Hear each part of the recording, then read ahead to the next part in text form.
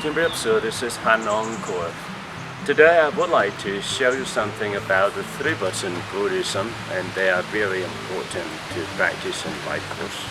And Buddhism means research your life. So when you practice Buddhism, you have to research your life. If you do not learn something about life, you can get so much suffering in life. It's not a good idea. So when you practice Buddhism, you learn something about life. What should you practice? You have to bring peace, you have to bring prosperity by yourself to yourself. So Buddha, he doesn't help us. We know Buddha, he's a good guru. So we practice Buddhism because we praise the Buddha. We say Buddha, he's a good guy and he gave us very good lesson. So when we understand about Buddhism, we have to research your life. What is the meaning of life? So when you understand about the meaning of life, that's amazing. So the three birds that I'm going to tell you something about Buddhism, like most important three birds in Buddhism, we say number one is morality. So morality is amazing. You have to practice it. You practice, you can bring peace to the world. And Buddhism will always say, when you bring peace to yourself, you can bring peace to the family, and then you can bring peace to community and the world. This is a very good idea.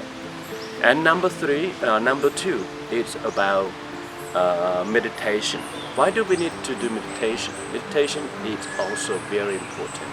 So when you practice meditation, like different types of meditation, it's also very good, but normally we would like to show you something about the basic meditation. If you want to study high meditation, you have to go to Vipassana Kammatthana. We have school in Badagon. That's very good place to spend time for more than 10 days to do that. Here I would like to show you something about the basic Buddha meditation. So when you practice meditation, you can do something like standing meditation, walking meditation, or sitting meditation. All meditation means peace. So when you bring peace to you, you listen to your breath in and out, and then it's a good meditation. After you clear your mind, it's wonderful. So meditation means peace. For some people, they say it can be mindfulness. It's also a very good word to use in Buddhism. And number three is about investigation. So like I told you, Buddhism is about investigate our life. You learn about life. So the word investigation here, I mean, before doing anything, for example, if I want to practice something or I want to do business in Phnom Penh, so I have to learn about what do I have. When I have capital already, I need to look for the good place where I can do it, where I do my business. So if I learn like they open 100 coffee shop, do I need to open one more shop?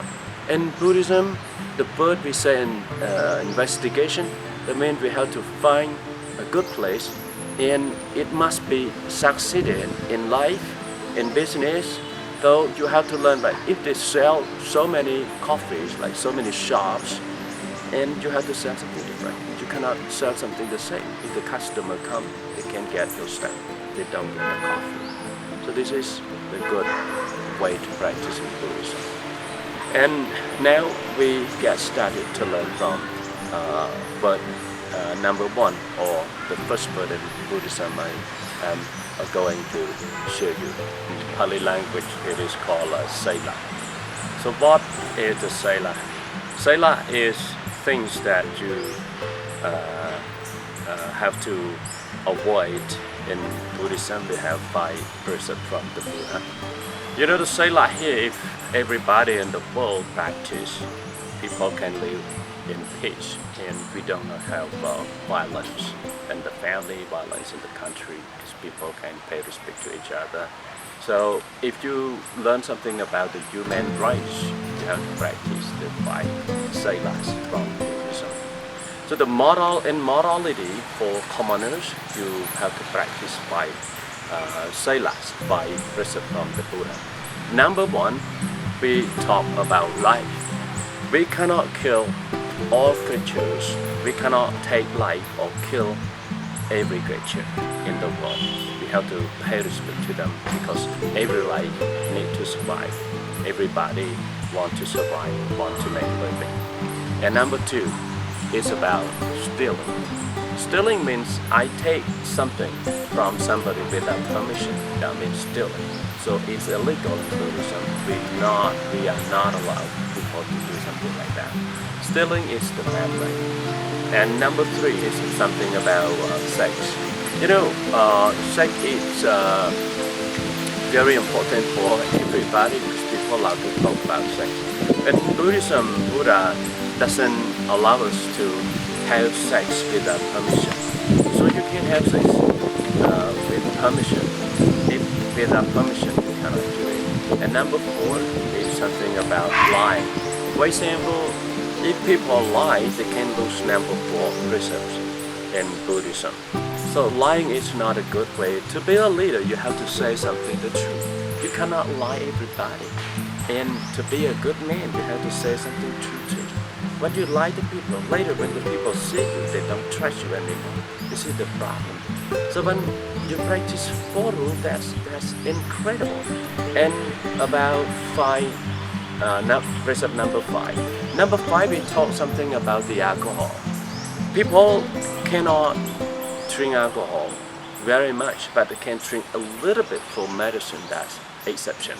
So Buddha allowed people who practice in Buddhism to have alcohol very little. So when you drink alcohol too much, that means you cannot control yourself. You can drive very fast, or it can be dangerous for other people and yourself. And when you kill yourself, that means you make suffering in your family.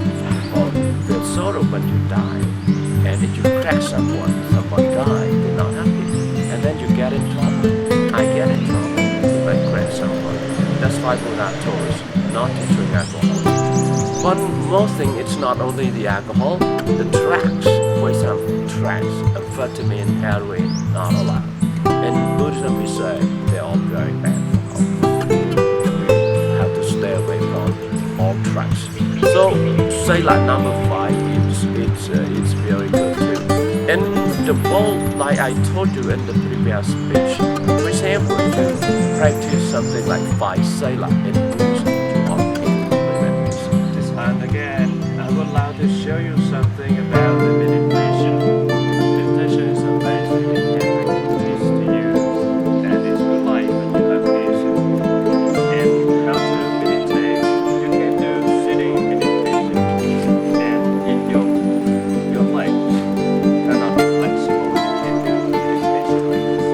Your like here, and your hands like this, like here, and like here, and your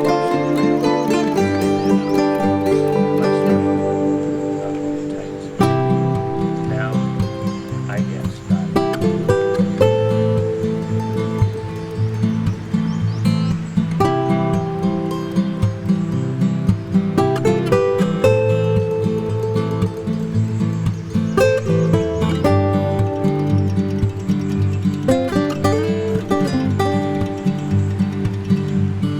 And one more idea, when your leg is flexible, when your legs are flexible, you can put crossing leg like this. Yeah. Right. Like this is basic meditation. When I was 29 years old, meditation like this. So this is the right meditation. And this one, you put your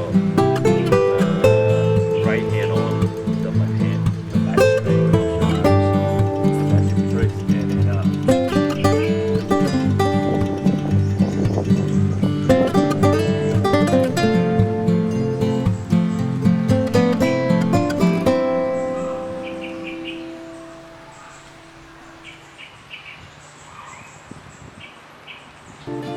And some people ask me, how long do they need to meditate?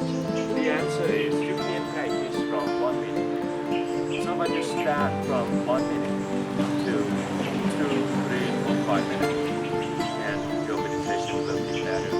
And when you practice meditation a lot, your life can be better. I mean, you can get it on a lot of stuff. This is the way to practice.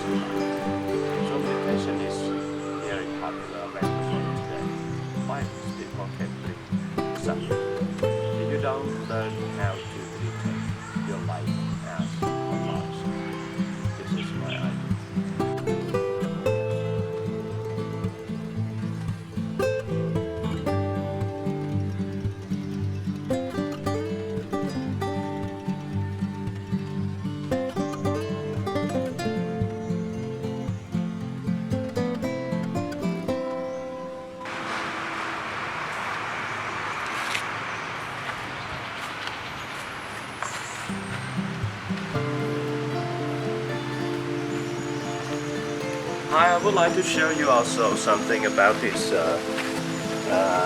statue. This is the statue of the Linga. And one more statue below the Linga is Yoni. Today you don't see Yoni, you see only the Linga. Linga based on Lord Shiva.